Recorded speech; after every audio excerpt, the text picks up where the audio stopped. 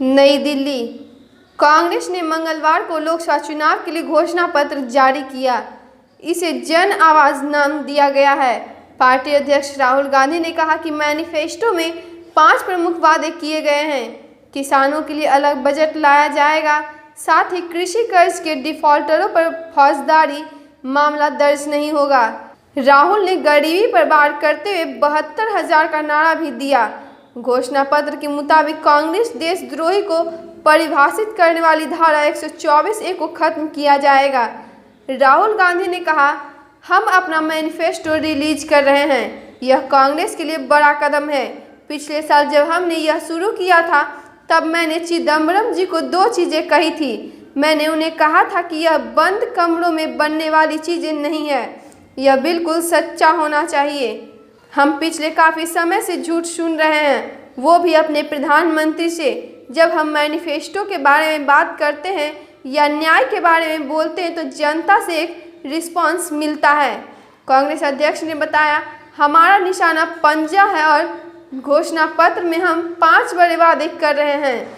विश्वास कीजिए, जिस तरह हमने राजस्थान, मध्य प्रदेश और छत्तीसगढ़ में वादे के मुताबिक 10 दिन के अंदर किसानों का कर्ज माफ़ किया था, ठीक उसी प्रकार ये वादे भी पूरे करेंगे। मैं झूठे वादे नहीं करता। वादा नंबर 1, पहली थीम न्याय की है। प्रधानमंत्री ने कहा कि 15 लाख रुपए अकाउंट में डालेंगे, वो झूठ था। हमने उनकी बात पकड़ी और मैनिफेस्टो कमेटी से पूछा कि हिंदुस्तान की जनता के अकाउंट में कांग्रेस कितना पैसा डाल सकती है। उन्होंने मुझे 72,000 नंबर दिए। गरीबी पर वार 72,000। एक साल में 72,000 कांग्रेस पार्टी गरीबों के अकाउंट में सीधा डालेगी।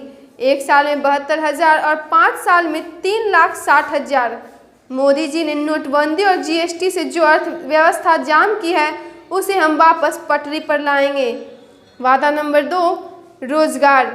चिदम्बरम जी ने कहा कि 2 बड़े मुद्दे हैं, रोजगार और किसान।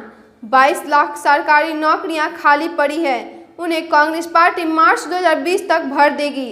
10 लाख युवाओं को ग्राम पंचायत में कांग्रेस नौकरी देगी। मेक इन इंडिया की दुनिया में आप बिजनेस खोलना चाहते हैं, 3 साल के लिए युवाओं को बिजनेस के लिए कोई परमिशन नहीं लेनी होगी। आप लोगों को रोजगार देंगे, कांग्रेस के लिए दरवाजे खोलेगी। दावा नंबर 3, हम मनरेगा में रोजगार के 150 दिन पक्के करना चाहते हैं। हमारे हिसाब से किसानों का एक अलग बजट होना चाहिए। किसानों को मालूम होना चाहिए कि उनके लिए कितना बजट दिया जाएगा और उन्हें कितनी न्यूनतम समर्थन मूल्य मिलेगा।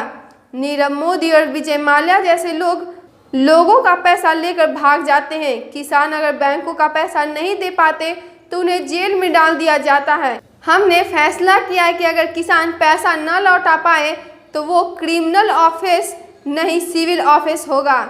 वादा नंबर 4, शिक्षा के क्षेत्र में हमने निर्णय लिया है कि GDP का 6% पैसा देश की शिक्षा में दिया जाएगा। IIT, IIM जैसे संस्थानों को हम सबकी पहुंच में बनाना चाहते हैं। मोदी सरकार ने उसे हमेशा कम किया है। वादा नंबर 5, हेल्थ सेक्टर।